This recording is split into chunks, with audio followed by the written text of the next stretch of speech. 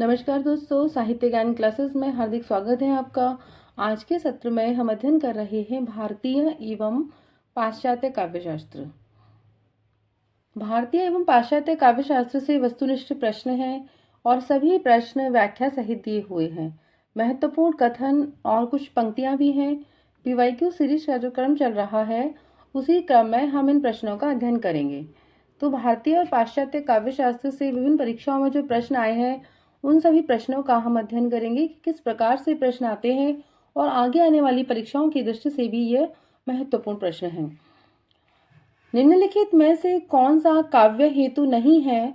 ये जो प्रश्न आया है आरपीएससी असिस्टेंट प्रोफेसर परीक्षा सन 2020 में आया है। सही उत्तर है सी, प्रेरणा। प्रेरणा काव्य हेतु नहीं है। काव्य हेतु का अर्थ है काव्य की उत्पत्ति का कारण। कि काव्य हेतु क्या होता है कि काव्य की उत्पत्ति क्यों हुई, उसका कारण क्या था। बाबू गुलाब राय के शब्दों में कहते हैं कि परिभाषा है ये, हेतु का अभिप्राय उन साधनों से है जो कवि की काव्य रचना में सहायक होते हैं। कविता कोई व्यक्ति क्यों करता है? उसके मन में विचार आते हैं, अभ्यास से, व्युत्पत्ति से, है ना। जब तो क्या है, प्रेरणा किसी को देखकर वो कविता नहीं करता। काव्य हेतु के मुख्यतः 3 भेद हैं। प्रतिभा, यानी ईश्वर की जब व्यक्ति पर कृपा होती है तो प्रतिभा होती है। प्रत्येक व्यक्ति प्रतिभा युक्त है, यानी हर किसी व्यक्ति में अपनी अपनी प्रतिभा है तो वो कविता करता है। व्युत्पत्ति, अपने मन से ही कविता आ जाती है। कोई व्यक्ति बैठा है और अपने 4 लाइनें लिखी और वो कविता बन जाती है। और अभ्यास से, इसमें प्रतिभा सर्व प्रमुख काव्य हेतु है जिसे कवित्व का बीज माना जाता है। राजशेखर ने काव्य मीमांसा के अंतर्गत काव्य के 4 हेतुओं की चर्चा की है: प्रतिभा, व्युत्पत्ति, अभ्यास और समाधि। राजशेखर ने प्रतिभा के 2 भेद किए हैं, कारित्री प्रतिभा और भावित्री प्रतिभा। तो प्रश्न बनता है कि राजशेखर ने प्रतिभा के कितने भेद किए हैं? तो 2 किए हैं। अगला प्रश्न है, आचार्य जयदेव ने अंगीकरोति यह काव्यम कहकर किस आचार्य के काव्य लक्षण को चुनौती दी है? आरपीएससी असिस्टेंट प्रोफेसर परीक्षा 2020 में प्रश्न आया है और सही उत्तर है बी, मम्मट। आचार्य जयदेव ने अंगीकरोतिम यह काव्यम कहकर मम्मट के काव्य लक्षण को चुनौती दी है। आचार्य मम्मट द्वारा दी गई काव्य की परिभाषा है तद्दोषो शब्दार्थो सगुणावलंकृति पुनः क्वापि। ऐसा शब्दार्थ जो दोष रहित एवं गुण युक्त हो, कभी कभी अलंकृत होने पर भी काव्य कहलाता है। इस परिभाषा में मम्मट ने शब्दार्थों के 3 विशेषण दिए हैं: अदोषो, सगुणो, अलंकृति, पुनः क्वापि, जिस पर प्रवर्ती आचार्य जयदेव, विश्वनाथ एवं जगन्नाथ ने आपत्ति की है। मम्मट ने कहीं कहीं अलंकार विहीन काव्य को भी काव्य की संज्ञा दी है। इस पर सबसे पहला प्रहार जयदेव ने किया और कहा कि ऐसा कहना उतना ही हास्यास्पद है जितना अग्नि को उष्णता से विहीन कहना। आचार्य भामह ने शब्दार्थों सहितो काव्यम कहकर कविता की परिभाषा दी है। जयदेव का समय 13वीं सदी का उत्तरार्ध स्वीकार किया जाता है। तो समय से भी प्रश्न आता है कि जयदेव का समय कितना है? तो 13वीं सदी। जयदेव ने चंद्रालोक नामक अलंकार शास्त्र की रचना की है। जयदेव साहित्य के क्षेत्र में पीयूष वर्ष तथा न्याय के क्षेत्र में पक्षधर उपाधि से प्रख्यात हैं। अप्पय दीक्षित दक्षिण भारत के प्रसिद्ध शैव दार्शनिक थे। इनका समय 16वीं सदी का उत्तरार्ध माना जाता है। अप्पय दीक्षित ने वृत्ति, वार्तिक, चित्र मीमांसा तथा कुवलयानंद नामक ग्रंथ की रचना की है। अप्पय दीक्षित के कौन कौन से ग्रंथ हैं? कुवलयानंद तो बहुत ही प्रसिद्ध है, चित्र मीमांसा और वृत्त वार्तिक। प्रश्न है अगला, जब शेर आया तो युद्ध क्षेत्र में गीदड़ भाग गए में कौन सी शब्द शक्ति है? डीएसएसबी पीजीटी परीक्षा 2021 का प्रश्न है। सही उत्तर है ए, लक्षणा। जब शेर आया तो युद्ध क्षेत्र से गीदड़ भाग गए वाक्य में लक्षणा शब्द शक्ति है। लक्षणा शब्द शक्ति किसे कहते हैं? क्या अभिप्राय है? शब्द अपना एक निर्धारित अर्थ नहीं रखते। शब्दों का अलग अलग संदर्भों में जब प्रयोग किया जाता है तब तो उनके अलग अलग अर्थ निकलते हैं। इस अलग अर्थ का ज्ञान कराने वाली शक्ति को ही शब्द शक्ति कहते हैं और इसके 3 भेद हैं: अभिधा, लक्षणा और व्यंजना। अगला है प्रश्न, कथन है ये, कविता तो कवि की आत्मा का आलोक है, उसके हृदय का रस है, जो बाहर की वस्तु का अवलंब लेकर फूट पड़ती है। यह कथन किसका है? यूजीसी नेट 2017 में प्रश्न आया है। सही उत्तर है सी, रामधारी सिंह दिनकर का यह कथन है। कविता तो कवि की आत्मा का आलोक है, उसके हृदय का रस है, जो बाहर की वस्तु का अवलंब लेकर फूट पड़ती है। यह रामधारी सिंह दिनकर कहते हैं। अगला जो कथन है, काव्य आत्मा की संकल्पात्मक अनुभूति है, जिसका संबंध विश्लेषण, विकल्प या विज्ञान से नहीं, वह एक श्रेयमयी प्रिय रचनात्मक ज्ञानधारा है। जयशंकर प्रसाद कविता के विषय में कहते हैं। अगला प्रश्न है, आचार्य रामचंद्र शुक्ल ने अभिव्यंजनावाद का विरोध किया, क्या कहकर किया है अभिव्यंजनावाद का विरोध? और जो प्रश्न आया है छत्तीसगढ़ असिस्टेंट प्रोफेसर परीक्षा 2014 का प्रश्न है। सही उत्तर है ई, कलावाद को बढ़ावा देता है। आचार्य शुक्ल ने अभिव्यंजनावाद का विरोध किया कि यह कलावाद को बढ़ावा देता है। अभिव्यंजनावाद के जनक पाश्चात्य काव्यशास्त्री क्रोचे हैं। क्रोचे अभिव्यंजनावाद को आत्मिक क्रिया मानते हैं। क्रोचे ने अभिव्यंजनावाद में कला निर्माण के निम्न चरण माने हैं: संस्कार, अभिव्यंजना, सौंदर्य मूलक आनंद, सौंदर्य का ध्वनि, गति, रेखा, रंग आदि में रूपांतरण। प्रश्न है, काव्य हेतु प्रतिभा के लिए किस आचार्य ने शक्ति शब्द का प्रयोग किया है? यूपीपीएससी जीडीसी परीक्षा 2021 में प्रश्न आया है। सही उत्तर है डी, मम्मट। काव्य हेतु प्रतिभा के लिए आचार्य मम्मट ने शक्ति शब्द का प्रयोग किया है। काव्य हेतु 3 माने हैं: प्रतिभा, व्युत्पत्ति और अभ्यास। काव्य हेतु के बदले काव्यांग शब्द का प्रयोग वामन ने किया। काव्य हेतु किसी कवि की वह शक्ति है जिससे वह काव्य रचना में समर्थ होता है। इसके अंतर्गत काव्य सृजन की विविध प्रक्रियाओं का विवेचन किया जाता है। काव्य हेतु में हेतु का अर्थ कारण होता है, यानी किस हेतु है, यानी किस कारण, किस लिए है। आचार्य भामह ने प्रतिभा को ही काव्य हेतु माना है तथा दंडी ने नैसर्गिक प्रतिभा को काव्य हेतु माना है। जबकि रुद्रट के अनुसार काव्य के 3 हेतु हैं: प्रतिभा, व्युत्पत्ति एवं अभ्यास। इन्होंने प्रतिभा के 2 भेद किए हैं: सहजा और उत्पत्ति। सहज किसी के मन से कोई कविता निकल पड़े, कविता फूट पड़े, या उत्पत्ति अंदर से विचार करके कविता को बनाना। प्रश्न है, गुण का संबंध किस सिद्धांत से है? यूपीपीएससी लेक्चर 2020 का प्रश्न है। सही उत्तर है बी, रीति से। गुण का संबंध रीति सिद्धांत से है। रीति सिद्धांत के प्रवर्तक आचार्य वामन हैं। आचार्य वामन ने रीति को काव्य की आत्मा माना है, रीत्रात्मा काव्यस्य। इन्होंने गुण तथा अलंकार का परस्पर विभेद करते हुए तथा गुण को अलंकार की अपेक्षा अधिक महत्व दिया है। आचार्य वामन ने वैदर्भी, गौड़ी तथा पांचालीन 3 रीतियों की कल्पना की है। आचार्य वामन ने 10 प्रकार के गुण बताए हैं। शब्द तथा अर्थ को उभयगत मानकर 20 प्रकार के गुणों की कल्पना की है। ध्वनि सिद्धांत के प्रवर्तक आचार्य आनंदवर्धन हैं। रस सिद्धांत की स्थापना भरत मुनि ने की है और अलंकार संप्रदाय भामह ने दिया है। प्रश्न है, पंक्तियां हैं, ऊषा सुनहले तीर बरसती, जय लक्ष्मी सी उदित हुई, उधर पराजित काल रात्रि भी, जल में अंतर्निहित हुई। उपयुक्त पंक्तियों में कौन सी शब्द शक्ति है? ये प्रश्न यूकेपीएससी लेक्चर 2020 का प्रश्न है और सही उत्तर है सी, लक्षणा। उपयुक्त पंक्तियों में लक्षणा शब्द शक्ति है, यानी लक्षणा है। प्रक्रिया या पद्धति के आधार पर शब्द शक्ति के 3 भेद होते हैं: अभिधा, लक्षणा और व्यंजना। लक्षणा शब्द शक्ति अभिधा के असमर्थ हो जाने पर जिस शक्ति के माध्यम से शब्द का अर्थ बोध हो उसे लक्षणा कहते हैं। लक्षणा के लिए 3 शर्तें हैं: मुख्यार्थ में बाधा, मुख्यार्थ एवं लक्ष्यार्थ से संबंध तथा रूढ़ि या प्रयोजन। अभिधा से मुख्यार्थ का बोध होता है तथा व्यंजना से न मुख्यार्थ का बोध होता है न लक्ष्यार्थ का, बल्कि व्यंग्यार्थ का बोध होता है। यानी कोई बात कही सीधी सीधी तो समझ में आ जाए तो वह क्या है, अभिधा।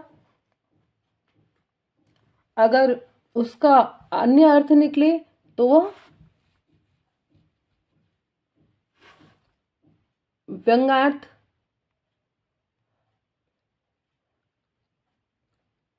कोई बात कह रहा है उसका सीधे सीधे अर्थ समझ में नहीं आए, उसका अर्थ निकालकर वो बात समझ में आए तो उसे व्यंजना शब्द शक्ति कहते हैं। अगला प्रश्न है, हिंदी साहित्य के रसवादी आचार्य हैं। यूकेपीएससी लेक्चरर 2020 का प्रश्न है ये, और सही उत्तर है बी डॉक्टर नगेंद्र। हिंदी साहित्य के रसवादी आचार्य डॉक्टर नगेंद्र हैं। भरतमुनि ने जो परिभाषा दी है, विभाव अनुभाव व्यवचार संयोगादृश निष्पत्ति। रसवादी आचार्यों में भरतमुनि, अभिनव गुप्त, मम्मट, पंडित राज जगन्नाथ, विश्वनाथ, क्षेमेंद्र, भोजराज, आचार्य रामचंद्र शुक्ल हैं। प्रश्न है, काव्य दोष का लक्षण बताने वाले आचार्य विश्वनाथ की उक्ति कौन सी है? ये प्रश्न यूकेपीएससी लेक्चरर 2020 का प्रश्न है। सही उत्तर है बी रसापकर्षा दोषा। काव्य दोष का लक्षण बताने वाले आचार्य विश्वनाथ की उक्ति है रसापकर्षा दोषा। दोष का शाब्दिक अर्थ है गुण का अभाव, जिसके कारण काव्य में रसास्वादन में बाधा उत्पन्न होती है या व्यवधान होता है, उसे काव्य दोष कहते हैं। भरतमुनि ने नाट्यशास्त्र में लिखा है, ऐसे दोषास्तु विज्ञासूर नाट्यकाश्रय एत एवं विप्रस्य गुणा काव्य कीर्तिता। अर्थात जो काव्य के कीर्ति में हानि उत्पन्न करे वह काव्य दोष है। आचार्य वामन कहते हैं, काव्य दोषर्या क्षेप हेतव त्यागा दोषा ज्ञातव्य। अर्थात काव्य दोष वे तत्व हैं जो काव्य में सौंदर्य की हानि करते हैं। आचार्य दंडी दोष को काव्य विफलता का कारण बताते हैं। आचार्य भामह ने दोष के लिए कुकवित्व शब्द का प्रयोग करते हैं और कहा है कुकवित्व साक्षात मृत्यु। अर्थात आचार्य मम्मट कहते हैं मुख्यार्थ हति दोष, अर्थात जो मुख्य अर्थ का अपकर्ष करे वह दोष है। अगला प्रश्न है, निम्न में से माधुर्य गुण का उदाहरण नहीं है। ये प्रश्न यूकेपीएससी लेक्चर 2020 का प्रश्न है और सही उत्तर है ए विनती सुन लो हे भगवान हम सब बालक हैं नादान। विनती सुन लो हे भगवान हम सब बालक हैं नादान माधुर्य गुण का उदाहरण नहीं है। जिस प्रकार किसी मनुष्य के बाह्य रूप, उसकी चाल ढाल तथा व्यवहार को देखकर उसके गुणों का अनुमान लगाया जाता है, उसी प्रकार कविता के बाह्य स्वरूप को देखकर काव्य गुणों का अनुमान लगाया जाता है। माधुर्य गुण कहाँ होता है? माधुर्य का आशय चित्त को द्रवित कर देने वाला भाव। ये कानों को प्रिय संगीत के समान मधुर ध्वनि देने वाले पद होते हैं। इनमें कटुवर्ण कौन कौन से हैं? ट, ठ, ड, ढ, ज, भ, श, त्र और ज्ञ, री का अभाव होता है। यह प्राय श्रृंगार, करुण और शांत रसों में मिलते हैं, जैसे मधुर मधुर मेरे दीपक जल। ओज गुण, जहाँ कविता को पढ़कर ओज, जोश और उत्साह का भाव जागृत हो, वीर रस का संचार हो, वहाँ ओज गुण होता है। ओज गुण में कटुवर्ण यानी कठोर वर्ण, संयुक्त वर्ण, द्वित्व वर्ण और अनुप्रासंगिक पद प्रधान होते हैं, जैसे है अमा निशा उगलता गगन घन अंधकार हो रहा निशा का ज्ञान स्तब्ध है पवन चार। प्रसाद गुण, जिन गुणों के सुनने मात्र से ही अर्थ की प्रतीत होने लगे, जहां पर अत्यंत स्वच्छ सहज ग्राहा रचना हो, वहां प्रसाद गुण होता है, जिसमें माधुर्य और ओज दोनों का प्रभाव पड़ता है, जैसे जाकी रही भावना जैसी प्रभु मूर्ति देखी तिन तैसी। यानी जैसा दिख रहा है वैसा ही हम उसे महसूस करने लगे, समझने लगे। विभाव के कितने प्रकार होते हैं? यूकेपीएससी लेक्चर 2020 का प्रश्न है। सही उत्तर है ए विभाव के 2 प्रकार होते हैं। जो व्यक्ति पदार्थ अथवा बाह्य विकार अन्य व्यक्ति के हृदय में भावोद्रेक करता है, उन कारणों को विभाव कहा जाता है। विभाव के 2 भेद होते हैं, आलम्बन विभाव और उद्दीपन विभाव। आलम्बन वह है जिसके प्रति आश्रय या पात्र के हृदय में कोई भाव स्थित हो, जैसे नायक के लिए नायिका और नायिका के लिए नायक। उद्दीपन वह इसमें आलम्बन के प्रति स्थित भाव उद्दीप्त या उत्तेजित हो। अगला प्रश्न है, जब अर्थ का ग्रहण अभिधा से न हो किंतु उससे संबंध हो, अर्थ ग्रहण कराने वाली शब्द शक्ति को कहेंगे। केबीएस पीजीटी परीक्षा 2018 का प्रश्न है और सही उत्तर है सी लक्षणा। जब अर्थ ग्रहण अभिधा से न हो किंतु उससे संबंध हो, अर्थ ग्रहण कराने वाली शब्द शक्ति को लक्षणा शब्द शक्ति कहते हैं। वे वाक्य जिनका साधारणतः शाब्दिक और भावार्थ समान हो उसे अभिधा शब्द शक्ति कहते हैं। व्यंजना शब्द शक्ति वहां प्रयुक्त होती है जहां वाक्य तो साधारण है लेकिन प्रत्येक पाठक अथवा श्रोता के लिए अपना अपना उसका भिन्न अर्थ हो। स्पष्ट है। शब्द शक्तियां कितनी होती है? 3, अभिधा, लक्षणा और व्यंजना। अगला प्रश्न है औचित्य के आधार पर होता है।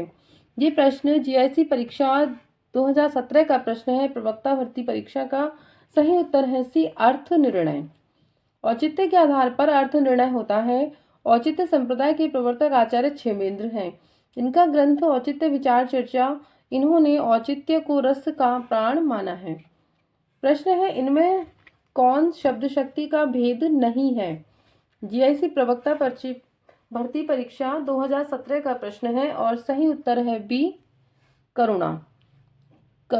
अभिधा, लक्षणा और व्यंजना ये शब्द शक्ति के भेद है, करुणा नहीं है। शब्द शक्ति का भेद नहीं है, जबकि अभिधा, लक्षणा, व्यंजना तीनों शब्द शक्ति के भेद हैं।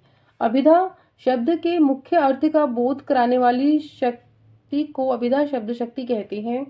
लक्षणा मुख्यार्थ का बोध होने पर रूढ़ि या प्रयोजन से जिस शक्ति द्वारा अर्थ ग्रहण होता हो वह लक्षणा शब्द शक्ति कहलाती है।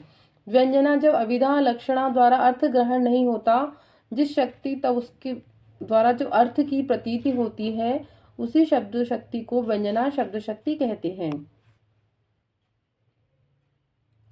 प्रश्न है निम्नलिखित में से कौन सी कृति आई रिचर्ड्स की नहीं है? UGC net 2015 Haryana assistant professor परीक्षा 2017 का प्रश्न है और सही उत्तर है सी, कल्चर एंड अनार्की। ये कृति रिचर्ड्स की नहीं है, मैथ्यू अर्नोल्ड की रचना है। जबकि प्रिंसिपल ऑफ लिटरेसी क्रिटिसिज्म 1924 ईस्वी, practical criticism 1929, science and poetry 1926, the philosophy of rhetoric 1936, interpretation in teaching I Richards 1893 से 1979 की रचना है।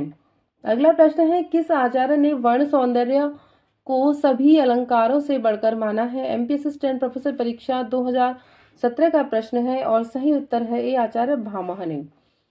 भामह ने वर्ण सौंदर्य को सभी अलंकारों से बढ़कर माना है। भामह अलंकार संप्रदाय के प्रवर्तक है। इनके ग्रंथ का नाम काव्यालंकार है। दंडी के काव्य शास्त्रीय ग्रंथ का नाम काव्यादर्श।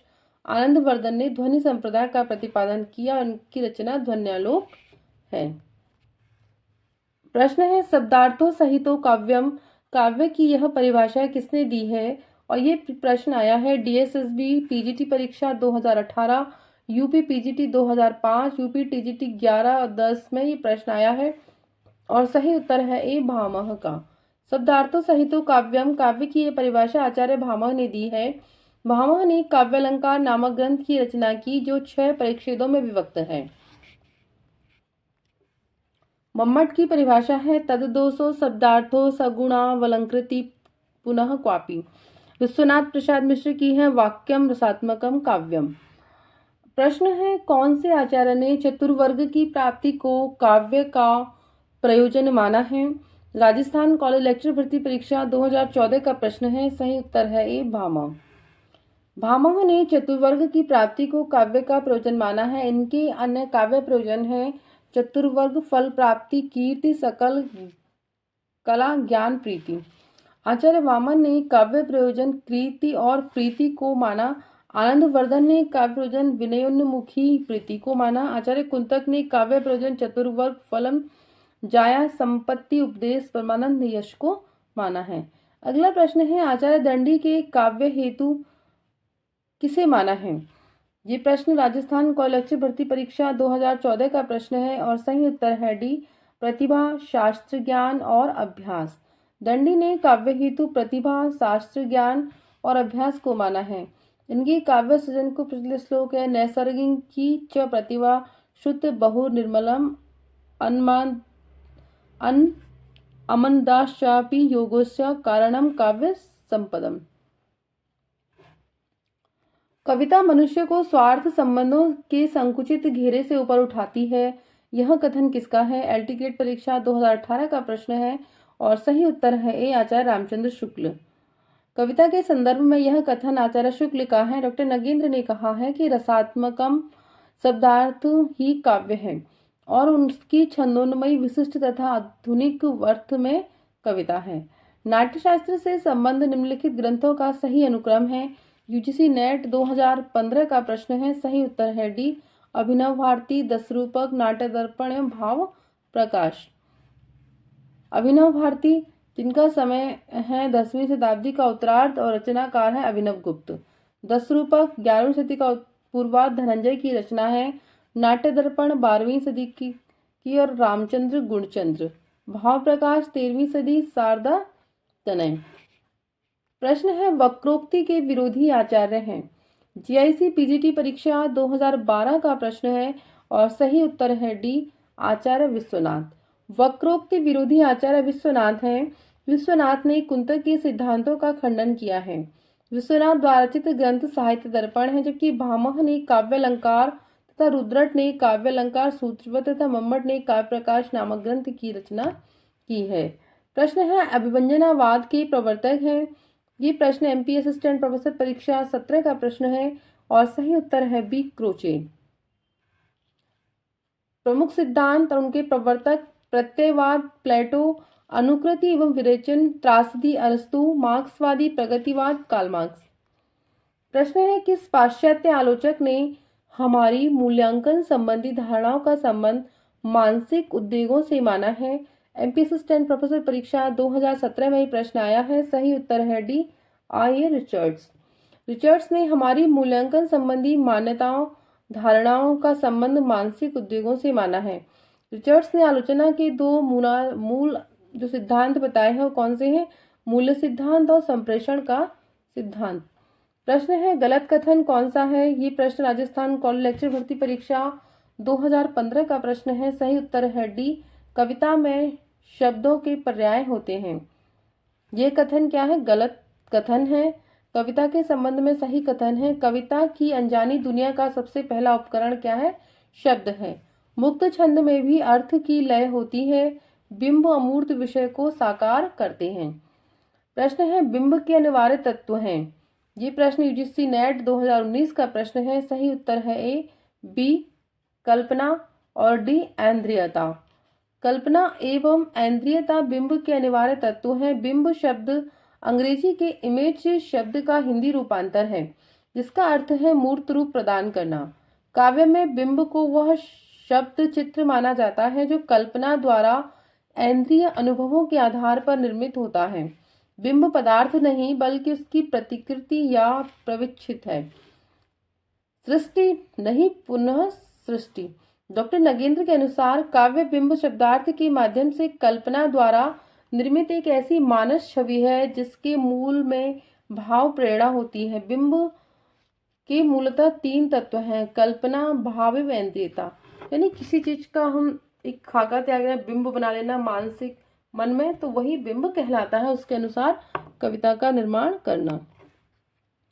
आज के सत्र में इतना ही। भारतीय एवं पाश्चात्य काव्य शास्त्र से अगर आपने मेरा चैनल को सब्सक्राइब नहीं किया, चैनल को सब्सक्राइब कीजिए, वीडियो को लाइक कीजिए, शेयर कीजिए और कमेंट्स कीजिए। आगे के सत्रों में जुड़े रहिए। बहुत बहुत धन्यवाद।